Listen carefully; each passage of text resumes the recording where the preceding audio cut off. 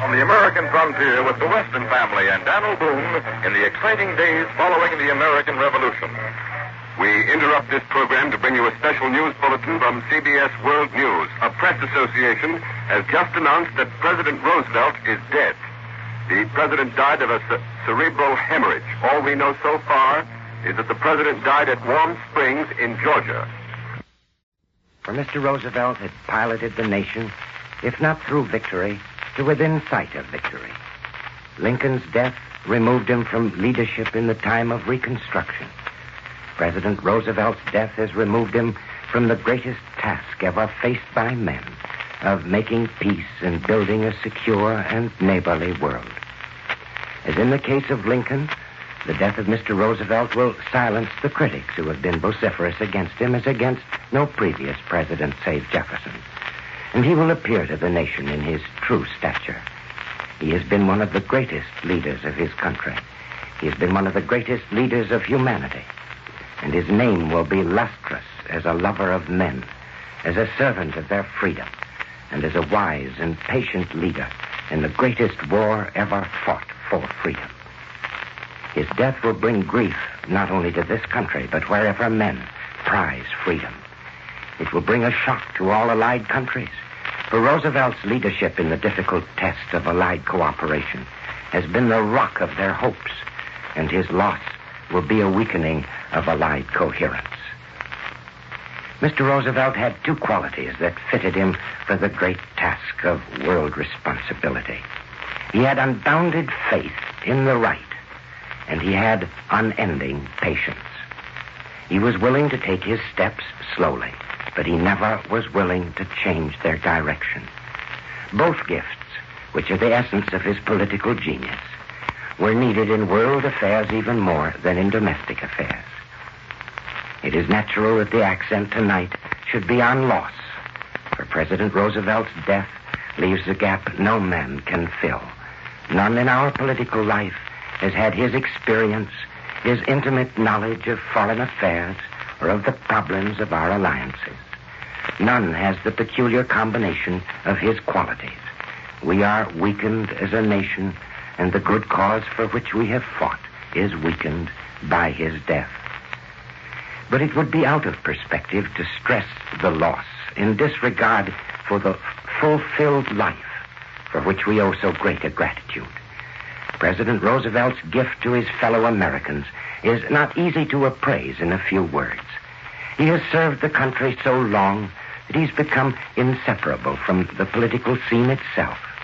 It's hard to realize that he was a man who felt like you and me, worked hard like you and me, tried his best, resented his critics, yearned for his rest time. He'd become an institution. He had been president so long that he had ceased almost to receive the normal response one gives to a human being. But from his entry to the White House, which was in an hour of crisis, to his death, which was in an hour of infinitely greater crisis, he has led the nation steadily and always confidently. And in that time, he has revised the nation's concepts about human rights in this country. He has seen the law books enriched with a great volume of legislation designed to improve the lot of common people. He has impressed on this hemisphere his desire for friendliness and fellowship, and he has impressed that desire on all the world. It will be as a war leader that history will give him his highest rank. His clear eyes foresaw the approach of danger, and his deft and understanding leadership brought the country step by step through the decisions which lined us up on the side of democracy and civilization. Surely the most masterful skill he ever displayed publicly was in the period before Pearl Harbor, when he made the destroyer deal, presented the concept of Lend-Lease, wiped neutrality legislation off the books, placed our men on Iceland and at other bases, convoyed our munition ships to the British, and put our rising production on the side of those holding out against a dominant Hitler. Since that year, the crushing weight of war leadership has rested on his mind and his body. Anyone who had seen him recently knows how it bore down and sapped his rugged vitality. The photographs of him at Yalta showed him a tired old man. The return voyage rested him, and he seemed renewed again. And he'd been at Warm Springs, so his associates were sure he would be able to continue to bear his burdens. But today they were lifted from him, and he is at rest. But if he has left his burdens, he has left a heritage that promises to loom ever larger as he and his work are seen in historical perspective. It was a heritage wrought of his belief in common people. He trusted them, he loved them, and he served them. He fought for them as their commander-in-chief. He designed his vision of peace for them. And his leadership brought them more substantial benefits than is the leadership of any man of his age. If there is a peace for them in the era now opening, he will live on in it as the spirit of an artist lives in a masterpiece he has painted. If they maintain their security in this country, he will live on in that as a composer lives in the music he has written. And if they enjoy and enlarge their freedom, that will be the monument he would most have loved.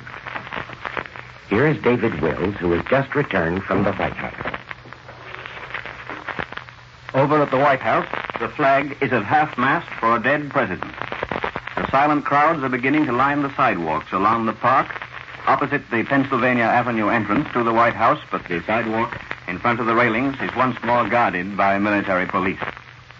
A few minutes ago, Steve Early, who for so long was the president's assistant and press secretary, and Dr. Ross McIntyre told us how the news came suddenly from Warm Springs that the president had fainted at about 2 o'clock Eastern Time today while he was having some sketches made for a portrait. He'd been his usual self this morning, had gone about the normal business that he's allowed to do when he's resting at Warm Springs. He'd had no hidden illness, no operations during the past months to account for this sudden illness. But obviously the illness was serious. Dr. Howard Gruen, commander in the Navy attached to the president's staff, was with him, and Dr. James Poland of Atlanta was hurriedly summoned. At 4:30 this afternoon, Dr. Gruen in Warm Springs was talking to Dr. McIntyre in the White House and hurriedly cut off the call and called back in a few minutes to say that the president had passed away at 4:35 of a terrible hemorrhage. At that time, Mrs. Roosevelt was at a meeting at the Solgrave Club in Washington, and Steve Early called her and asked her to come quickly to the White House. And in a few minutes, Dr. McIntyre and Steve Early told her what had happened. And when she'd composed herself, she said, I am more sorry for the people of the country and the world than I am for us. Steve Early had also asked the vice president to come over quickly and quietly. The vice president had been on his way to the speaker's office. And when Harry Truman arrived, he was taken up to the second floor to Mrs. Roosevelt's sitting room, and she told him the news. The president had passed away. The vice president, so soon to be sworn in as president, asked at once, what can I do? And Mrs. Roosevelt turned the question back to him with, tell us what we can do. Is there any way we can help you? Afterwards, the vice president crossed from the residential rooms of the White House to the executive offices and met the cabinet to break the news to them. The Chief Justice was summoned, and as soon as he could arrive was to swear in Harry Truman as President of the United States. The Secretary of State crossed in 2 minutes from the State Department. He will issue the proclamation of the President's death this evening. The Vice President, or rather the President, even Jonathan Daniels found it hard to switch so soon from Vice President to President Truman. The Vice President says he would rather not at the moment make any statement to the newsmen, but he intended to carry on as the President would have done. And for that reason, he was asking the Cabinet to stay on the job. And that's a summons to the people as well as to the Cabinet. We must finish the job in hand. We cannot leave the job until war is won and peace is secure. And as a symbol of the need to go on with the job, just a few minutes ago, the State Department announced that there would be no change in the date of the San Francisco conference. And now here is Borkage with more news from the White House. Borkage talking. I just returned from another trip to the White House. I left after the swearing in of the new president of the United States. I came back along a very quiet street, down under the elms that were touched by the last rays of the setting sun. And I couldn't help thinking as I came along of a line from Omar Khayyam that's been running in my head. It was but a tent where he takes his one day's rest. The Sultan to the realm of death addressed.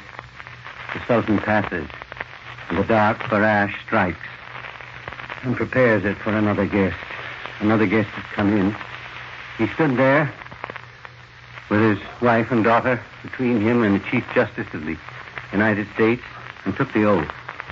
He stood in the cabinet room where the cabinet members hastily called had assembled, and with them the leaders of the House and Senate. They made that group against the window looking out over historic Washington.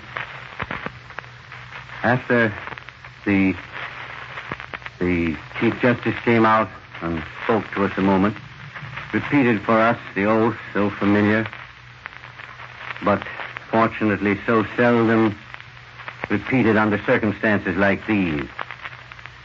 And then Secretary of Commerce Wallace came out, and we spoke to him a moment. All he could say was that the ceremony was very simple and very impressive. It is impressive when we think of the terrific responsibility that's fallen a heavy mantle on the shoulders of the new president. The people were standing outside as we came out. They watched the cabinet members leaving in their cars, stood there quietly, silently, lined along the edge of historic Lafayette Square, looking into the White House, empty of its tenant. I remember the last time that I came past the White House when crepe was on the door. It was the time of the death of Mrs. Woodrow Wilson. And I saw in the eyes of these people, gazing in at that open door for people who were going in and out, and we could see the lights burning inside, I seemed to see in their eyes that same look of reverence, of respect, and of mourning that I saw in the people's faces on that occasion. I remember I was walking by there with Eddie Hood, the head of the Associated Press Bureau then, and automatically as he passed, he lifted his hat. I think America, everywhere tonight, is bowing in tribute to Franklin Delano Roosevelt. And I think that there go the well wishes of the whole world for this man who has now taken over the responsibility. He is a man who has not been tried in the fierce fires of responsibility that a wartime president must face. We know he's a good man. We know he's a sincere man. We know he's an indefatigable worker. And only a week ago I sat with him in his office, and he told me, frankly, that he was doing the one thing that he believed he could to further the plan of international peace. That he was doing his best to act as liaison between the President and the Senate. And I believe in these last weeks and these last months, he has thoroughly absorbed the ideas and the policies of the President.